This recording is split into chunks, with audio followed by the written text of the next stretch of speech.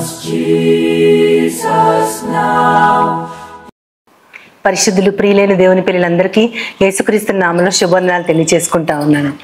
సాధారణంగా మనందరికీ కూడా ఎవరో ఒకరు ఇన్స్పైరింగ్ లీడర్స్ ఉంటారు, సెలబ్రిటీస్ ఉంటారు. అదేవిధంగా దేవుని మార్గంలో నడుస్తూ ఆయన వాక్యంని వింటూ ఆ విధంగా ఉన్న నాయకులు కొంతమంది ఉంటారు. మన విశ్వాసులకి దేవునిలో బాగా పాదుకొని దేవుని వైపు తిప్పేటటువంటి వాళ్ళు చాలా మంది ఉంటారు.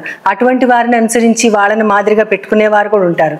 నాకైతే మామూలుగా లీడర్స్ వీళ్ళందరిలో కల్లా నాకు అబ్రహాం లింకన్ గారు అంటే చాలా ఇష్టం. ఆయన జీవిత చరిత్రను ఒకసారి చదివి నిజంగా అటువంటి మనిషి యేసుక్రీస్తు తర్వాత ఈయనేమో అని అనిపించేంతగా చాలా ప్రభావితం అయ్యాను. అయితే ఆయన జీవితంలో ఒక ముఖ్యమైన ఘట్టం, అసలు ఆయన మామూలుగానే చాలా కష్టాల గుండా వెళ్ళారు. ఆయన ఎన్నో అపజయాలు పొందుతూ చాలా భయంకరమైన ఘోర అవమానాలు పొందుతూ కటిక పేదరికంలోంచి అట్టడుగు స్థాయిలోంచి ఒక మనిషి కోరుకోదగ్గ అత్యంత గొప్ప స్థాయి ఏది అంటే ఇంకా దానిని వర్ణించలేనటువంటి స్థాయికి, అంటే ప్రపంచంలోని శక్తివంతమైన దేశంగా పేరు పొందిన అమెరికా దేశానికి ఆయన ప్రెసిడెంట్ అయ్యారు. అంటే అంత దిగజారినటువంటి దిగువ అట్టడుగు నుండి స్థాయి నుంచి అంత పెద్ద స్థాయికి ఆయన ఎదగటం వెనకాల కేవలము ఆయన నడిపించిన తల్లి దేవుని మార్గంలో నడిపించడం, ప్రతిరోజు ఎర్లీ మార్నింగ్ లేచి వాళ్ళు ప్రార్థన చేసుకుని దేవుణ్ణి ఆరాధించుకుని పాటలు పాడుకుని అవన్నీ చేస్తూ దేవునిలో పాదుకొని తన లైఫ్లో ఉన్న ప్రతి ఎక్స్పీరియన్స్ కూడా దేవుడు అనేక దారుల్ని చూపిస్తూ దారులన్నిటినీ ఒక్క దారిలో కలిపి చివరికి ఆయనని నిలబెట్టిన విధానము అదంతా చదవటం చాలా అద్భుతంగా ఉంటుంది.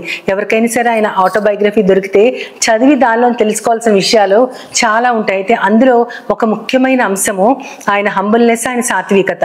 అది నన్ను చాలా ఆకర్షించింది. ఏంటంటే ఆయన ప్రెసిడెంట్ అయిన తర్వాత కూడా అదే సాత్వికతతో ఉన్నారు.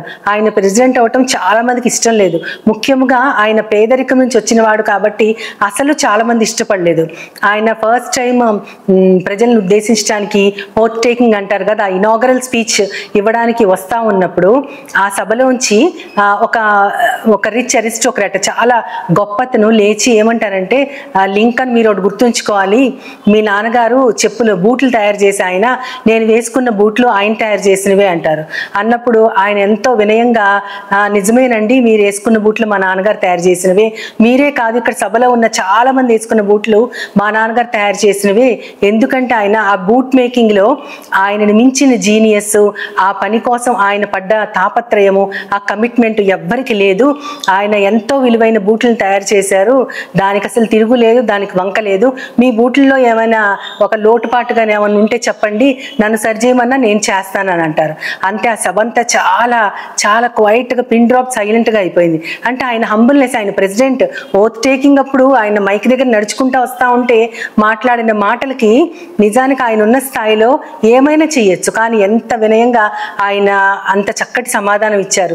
మీ బూట్లలో ఏమైనా లోపాలున్నా నేనైనా బాగు చేసి ఇస్తాను, నాకు కూడా తెలుసు ఆ విద్య అని అనడం ఎవరి వల్ల అవుతుంది? క్రీస్తు వారు ఒక్కరే సిలువ మీద తనని కొట్టే వాళ్ళని, తన హింసించే వాళ్ళని క్షమించమని తండ్రిని అడిగారు. ఆ తర్వాత అటువంటి భయంకరమైన అవమానాన్ని కూడా తట్టుకుని ఎంతో గొప్ప పొజిషన్లో రాజ్యాన్ని ఏలగల స్థాయిలో ఉన్న అతను ఎంత వినయంతో సమాధానం ఇచ్చాడో. అసలు ఎలా వచ్చింది ఇంత వినయము, ఆ ఓర్చుకునే శక్తి? ఎవరైనా హర్ట్ చేస్తే దానిని అధిగమించి ఓవర్కమ్ చేసి ముందుకెళ్ళటానికి అతనికి ఎందుకంత శక్తి ఎలా వచ్చిందని ఆలోచిస్తున్నప్పుడు నాకు యెషయా గ్రంథం 26వ అధ్యాయము 3వ వచనము తట్టింది. ఏంటంటే, ఎవరైతే నీ మీద ఆనుకుంటారో వారిని నువ్వు పూర్ణ శాంతి కలవానిగా కాపాడుదువు. ఎవరి మనస్సు నీ మీద ఆనుకునో వానిని నీవు పూర్ణ శాంతి కలవానిగా కాపాడదు. ఇప్పుడు అబ్రహాం లింకన్ గారు కేవలం క్రీస్తు మీదే ఆధారపడి ఆయనను అనుసరించి ఆయన పోలికలోనే నడుచుకుంటున్నారు కాబట్టి ఎంతో శాంతితో, ఎంతో హంబుల్నెస్తో ఆయన సమాధానం చెప్పగలిగారు. అంటే మన మనస్సులు నిజంగా క్రీస్తు మీద ఆనుకుంటే గనక మనము పూర్ణ శాంతి కలవారంగా ఉంటాము. అటువంటి వ్యక్తులు బైబిల్లో కూడా కొంతమంది మనకు తారసపడతా ఉంటారు. మనము యెహోషువ గ్రంథాన్ని గనక చూస్తే అందులో యెహోషువ వాళ్ళందరికీ, అంటే ఉన్న గోత్రాలందరికీ కూడా స్వాస్థ్యాల్ని పంచిపెట్టేటప్పుడు ఒక వ్యక్తి గురించి ప్రత్యేకంగా చెప్తారు. అతను ఎవరంటే యెఫున్నే కుమారుడైన కాలేబు నిండు మనస్సుతో యెహోవాను వెంబడించెను అని ఉంటుంది. అంటే నిండు మనసుతో అంటే అదే ఎవరి మనసు అయితే నీ మీద ఆనుకుంటుందో అంటే ప్రాణాత్మ దేహాలతో దేవునిని ఫాలో అయిన వాడు అక్కడ యెఫునే కుమారుడైన కాలేబు.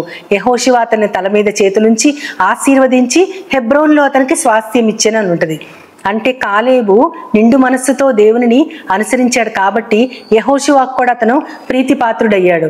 అంతేకాదు యెహోషువ కూడా అక్కడ ఇశ్రాయేల్ జనములో ఒకానొక దశలో చిట్ట చివరి దశలో ఆయన ఏమంటారంటే నేనును నా కుటుంబము యెహోవాను సేవించదము, మీరెవరిని సేవిస్తారు అది మీ ఇష్టం అంటారు.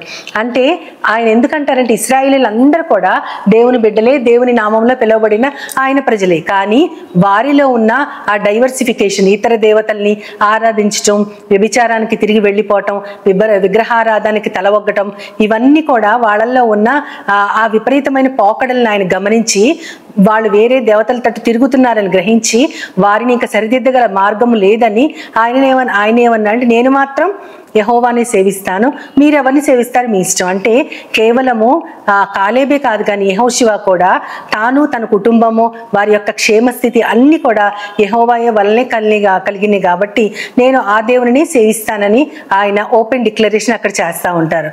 ఈ విధంగా మనకి ఆ పాత నిబంధనల గ్రంథంలో కాలేబు యెహోషువ తర్వాత మనం యోబు గారిని చూడొచ్చు. ఆయన ఎంత భయంకరమైన పరిస్థితుల్లో ఉన్నా సరే తాను అన్ని పోగొట్టుకుని చివరికి ఒక ఆ స్కిన్ డిసీజ్తో భయంకరమైన వ్యాధితో ఆయన ఏమాత్రము కూడా స్వస్థత లేని శరీరంతో బూడిదలో పడి ఉన్నా కూడా ఆయన దేవుని ఏమాత్రం దూషించలేదు. తన పూర్ణ హృదయంతో ఆయనని స్తుతించారు, యెహోవా ఇచ్చారు, ఆయనే తీసుకెళ్లారని మనం యోబు గ్రంథం 1వ అధ్యాయం 22వ వచనంలో చూడొచ్చు, 2వ అధ్యాయం 10వ వచనంలో కూడా చూడొచ్చు.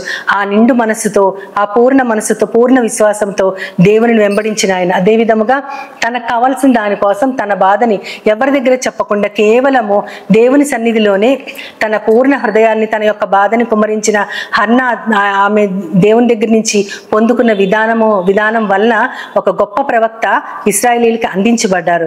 ఆమె కూడా పూర్ణ హృదయంతో దేవునిని ఆనుకున్న వ్యక్తి.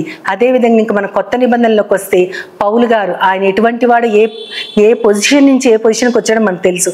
ఆయన సంపన్నుడు, విద్యాధికుడు, గొప్ప పదవిలో ఉన్నవాడు. కానీ దేవుడు ఆయన్ని పిలుచుకున్న తర్వాత అవన్నీ నష్టముగా ఎంచుకుని అన్యజనుల వెలుగుగా ఉండటానికి ఆయన తనను తాను రిక్తుడిగా చేసుకున్నాడు. ఆయన మాట్లాడుతూ కొరింథీయులకు రాసిన పత్రికలో ఆయన 2వ పత్రికలో ఆయన 11వ అధ్యాయంలో 23-28 వచనాల్లో చెప్తారు. అదేవిధంగా 12వ అధ్యాయంలో 9వ వచనం నుంచి 12 వచనాలు చెప్తారు. ఏంటంటే నేను ముమ్మారు దేవుని వేడుకున్నా సరే నా కృప నీకు చాలు అన్నారు దేవుడు. కాబట్టి ఆయన కృప నాకు సరిపోతుంది, అంతకంటే ఎక్కువ అక్కర్లేదు. నాలో ఉన్న ముళ్ళు తొలగించకపోయినా సరే నా బలహీనతల్లో నన్ను బలపరచువాడు క్రీస్తేసే అని ఆయన చెప్తా ఉంటారు. అంత నిండు మనసుతో ఆయన దేవుని ఆనుకొని ఆయన ముందుకు వెళ్తా ఉన్నారు. నిండు మనసుతో పూర్ణ శాంతి కలిగి ఉంటాన్ని మనం ఎలాగా మన జీవితాలకు అప్లై చేసుకోవచ్చు అంటే నిండు మనసుతో దేవుని వెంబడించడం అంటే ఆయన వాక్యాన్ని చదువుకుంటూ ఆయన మార్గంలో నడుస్తూ అటు ఇటు తొట్టిల్లకుండా ముందు వెనకలా కుడి ఎడమల దేవుడు మాత్రమే మనల్ని కాపాడేవాడని మనం ఎంచుకుంటూ మన కుటుంబాలలో మన బిడ్డలతో సహా మన వారందరితో మనకున్న సమస్తముతో దేవుడు మనకిచ్చిన ప్రతి ఘనతతో ప్రతి టాలెంట్తో దేవుని మాత్రమే మనం వెంబడిస్తూ విశ్వాసంతో ఆయన వెంబడిస్తూ ఉంటే ఆయన మనకి పూర్ణ శాంతి ఇస్తారు, రక్షణ ఇస్తారు. ఈ లోకానికి సంబంధించిన ఏ కొదువ లేకుండా మనల్ని నడిపిస్తారు. ఒకవేళ ఆయన దగ్గర నుంచి ఏదైనా మనకి శ్రమ మనకి అనుమతించబడితే సాధారణంగా శ్రమలు అనేవి మనకు మనం తెచ్చుకునేవి, కానీ దేవుడిచ్చే శ్రమలు కొన్ని ఉంటాయి. అది ఆయన యందు విశ్వాసంలో బలపరచబడటానికి, ఇతరులకు సాక్ష్యంగా ఉండటానికి కొన్ని ఆయన అనుమతిస్తారు. కాబట్టి అనుమతించిన వాటిని మనం శ్రద్ధతో, ఓపికతో, సహనముతో ఏ విధంగా భరించాలి, వాక్యంలో పాదుకొని ఉన్న మనము తొట్టిల్లకుండా ఎలా ఉండాలో కూడా ఆయన నేర్పిస్తూ ఆ పూర్ణ శాంతిని, ఆ కదల్చబడని తనాన్ని, మనము అటు ఇటు ఊగిసలాడకుండా స్థిరంగా ఉండేటటువంటి తత్వాన్ని కూడా ఆయన ఇస్తారు. కాబట్టి మనం అందరము కూడా పూర్ణ మనసుతో దేవుని ఆనుకొని ఆయన దగ్గర నుంచి పూర్ణ శాంతి సంపాదించుకొనగలుగులాగున దేవుని ప్రార్థించి ఆయన సహాయాన్ని కోరుకుందాం.